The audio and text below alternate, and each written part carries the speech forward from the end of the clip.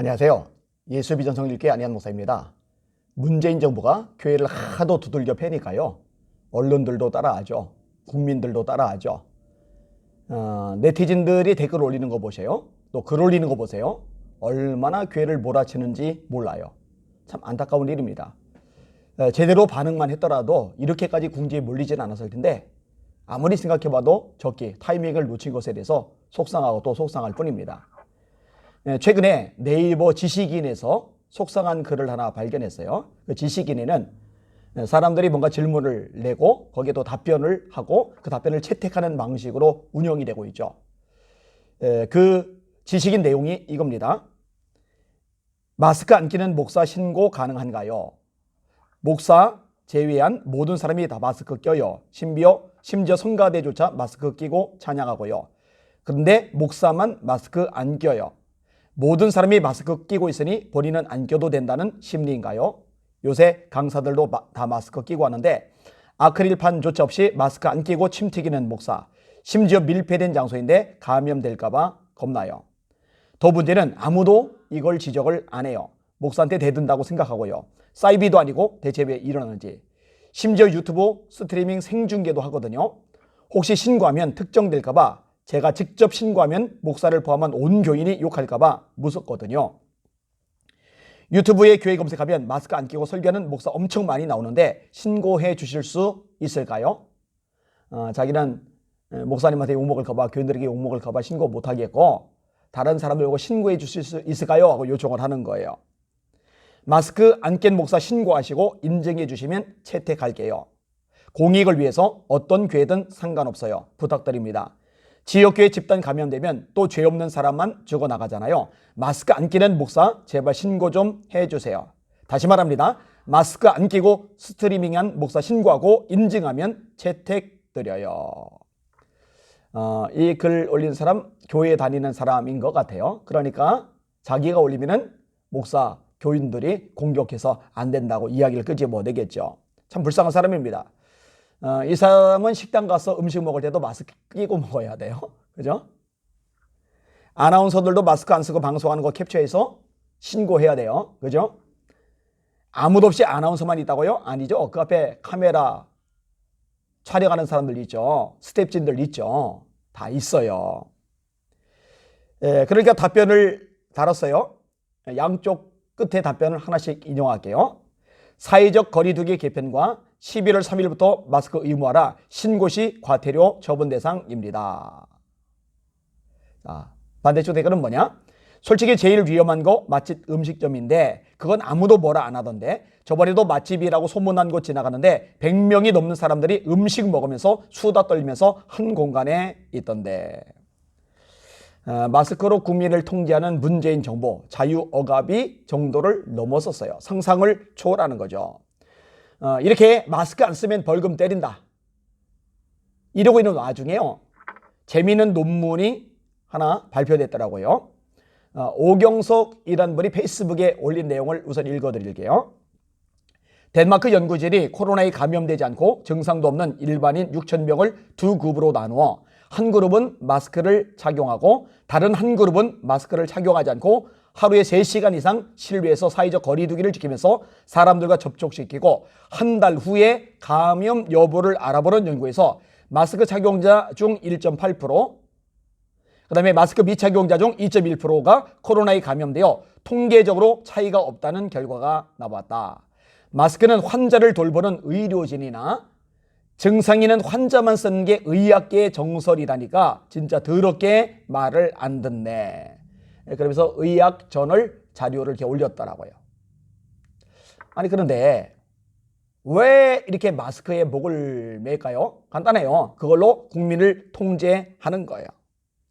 그리고 이제 마스크 안 쓰면 벌금을 때리죠. 돈까지 걷어들이는 거예요. 일거양득이죠. 일석이조죠. 세상에 이렇게 국민을 괴롭히고 세상에 이렇게 국민을 힘들게 하고 세상에 이렇게 국민을 억압하는 정부가 어디 있겠어요? 심각하죠. 코로나 잡을 생각 안 해요. 그것을 이용해서 정권을 유지할 생각만 하는 거죠. 코로나 잡을 생각 안 해요. 이것을 이용해서 돈 뜯어낼 생각만 하는 거죠. 이렇게 돈 뜯어내가지고 그 돈으로 퍼주기, 생색내게 하면서 또 표를 긁어 모으려는 거죠. 그런다고 표를 주는 국민들도 없지 않아 있으니 참 비극이고요. 이 비극의 악순환이 되풀이가 되는 거죠. 여러분, 코로나를 잡을 생각이 없으니까요, 백신을 구매하는데도 미온적일 수밖에 없는 거죠. 백신 개발 소식이 잇따랐어요. 미국 화이자에서 개발했는데 3차 실험까지 했고 이미 효과가 상당 부분 입증이 되었잖아요. 그러니까 세계 각국이요, 이걸 사들이려고 난리가 났는데 우리나라 정부만 반응이 없어요. 그러니까요, 이게 신기한 나머지 월스트리트 저널이 기사까지 내보냈더라고요. 코로나19 백신 한국은 가격이 적당할 때까지 기다릴 수 있다고 말한다. 미국이나 유럽 공동체보다 훨씬 신중하다. 박능호 보건복지부 장관이요, 창피한줄도 모르고요, 이렇게 이야기했더라고요. 일반적인 예상과 달리 오히려 그쪽에서 우리에게 빨리 계약을 맺자고 하는 상황이다. 아니, 국민들 살리려면, 도와주려면 이 코로나19 때문에 자꾸 격상시켜서 자영업자들 다 망하고 무너지게 만들고 자살자 속출하게 만들고 이거 중단하려면 하루라도 빨리 백신 받아들여서 사들여서 국민을 접종하고 자유롭게 사회생활하도록, 경제생활하도록, 사업 꾸려나가도록 그렇게 힘을 써줘야 되는데 여유를 부리고 한다는 소리가 저쪽에서 먼저 계약 맺자고 한다고 이런 소리를 해요? 그게 보건복지부 장관이 할 말입니까? 왜 이러겠어요? 간단해요. 코로나를 빨리 잡으면 안 되는 거예요. 코로나를 빨리 잡으면 아마 광화문에 메어 터질 겁니다. 물러나라고 난리가 날 겁니다. 그게 두려운 거죠. 정권 유지용 코로나. 세월호 아이들이 죽었을 때 고맙다, 미안하다. 미안하다는 이해가 되는데 고맙다는 이해가 안 되죠. 그런데 왜 고맙다고 했을까? 정권 잡게 해줘서. 그래서 죽은 아이들에게 고맙다. 세상에 이렇게 악할 수가 있어요? 코로나를 향해서도 고맙다고 할 거예요. 얼마나 고맙겠어요? 정권을 유지시켜 주니까. 네이버 그 관련 기사 댓글을 읽었어요. 제가 다는 안 읽겠어요. 그런데요, 제가 인용하는 것들 중에 딱 한 가지 빼고서 나머지 다 문재인 정부를 비판하는 내용입니다. 자, 순서 안 바꾸고 그대로 읽어드릴게요. 1위. 코로나 해결되면 하야 집회로 문재인 하야 될까봐 정치적으로 코로나를 이용하는구나. 참으로 어이없는 정권이다. 역사상 최악의 대통령 문쩝쩝. 반드시 깜빵에서 피눈물을 흘려야 한다. 2위. 코로나 때문에 버티는 정권? 아니요. 고마운데 뭘. 그렇죠. 코로나가 고맙겠죠. 저랑 같은 생각을 하는 사람들이 많이 있는 거예요. 3위. 중국 거 기다려야지. 그래야 재앙이가 시진핑 칭찬 듣지. 4위. 또 중국산 백신 기다리겠지. 이거는 문재인 정부가 미국하고는 척을 자꾸 지려고 그러고 친중국 정책을 쓰니까 이런 식의 반응을 보이는 거죠. 미국산 말고 중국산 개발될 때까지 기다렸다가 중국산 쓰려고 그런다. 이런 얘기를 네티즌들이 하는 겁니다. 5위. 문정권은 코로나로 재미를 본 경험이 있기에 실정을 덮을 수 있고 국민들 관심을 다른 곳으로 돌릴 수 있고 우국 시위를 막을 수 있고 막대한 재정 적자를 감출 수 있기에 일부러 코로나 종식을 바라지 않고 대통령 선거 직전까지 질질 끌고 가리라 본다. 코로나 진정될 때마다 사회활동 독려해서 코로나 감염자 폭증시킨 게 팩트이다. 그렇죠? 외식 쿠폰 남발하는 거. 아주 의도적이라고밖에 여길 수 없잖아요. 이건 이제 국민들도 눈치를 채기 시작을 한 거예요. 6위. 국민들 일어날까 두려운 게지. 7위. 가격도 가격인데 좀 더 안전한 백신 나올 때까지 기다리는 것도 맞는다 생각한다. 이 유일하게 긍정적으로 본 사람이에요. 급하게 백신 들여왔다가 부작용, 합병증으로 국민을 죽어나가면 그 후폭풍은 어찌 감당하냐. 8위. 이 7위 댓글이 된 반박이 8위에 딱 나오더라고요.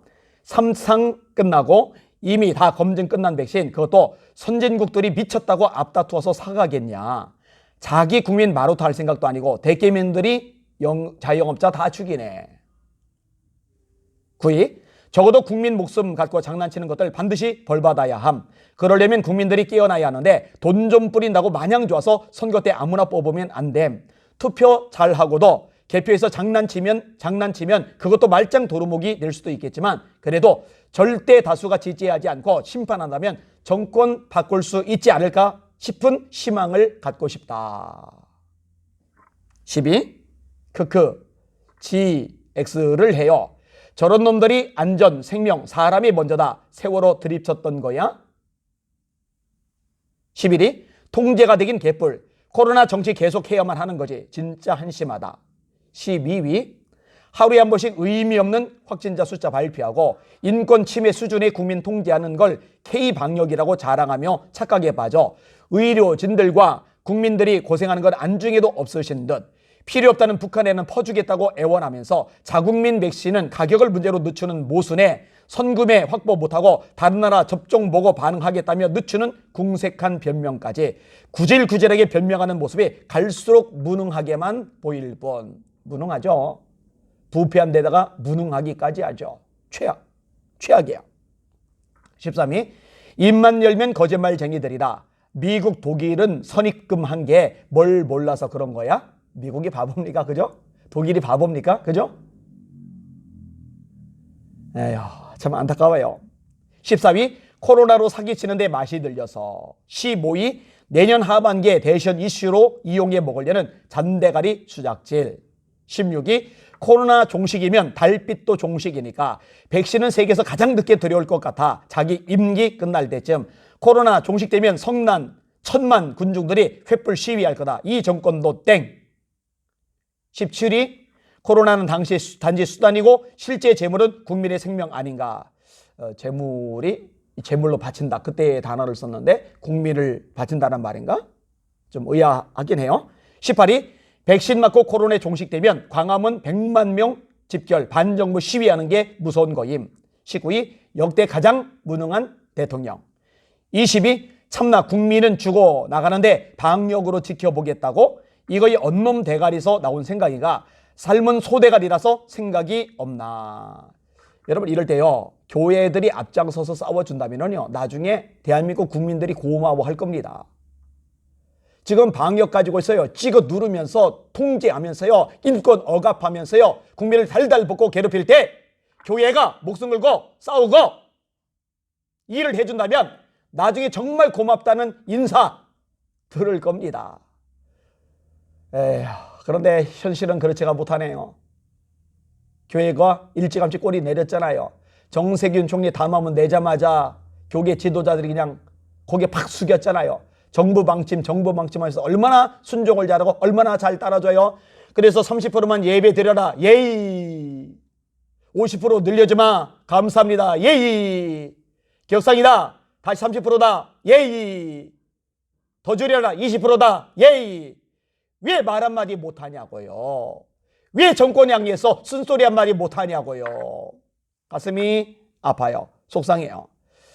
저는 지금이라도 늦지 않았다고 생각을 합니다. 목사님들 현실을 직시하고 더 이상 권력의 종로로 타지 맙시다. 주님을 위해서, 주님의 몸된 교회를 위해서, 우리 애처로운 성도들을 위해서, 우리 대한민국 불쌍한 국민들을 위해서 교계 지도자들이, 목사님들이 먼저 좀 일어납시다. 목소리 냅시다. 싸웁시다. 가지고 불이익 당하고 벌금 좀 물고 감옥도 좀 가고 이렇게 하면은요 분위기 자체를 많이 바꿔나갈 수가 있을 거예요.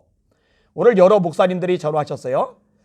존경하는 목사님 한 분이 이렇게 말씀하시더라고요. 하나님께서 역사하실 것입니다.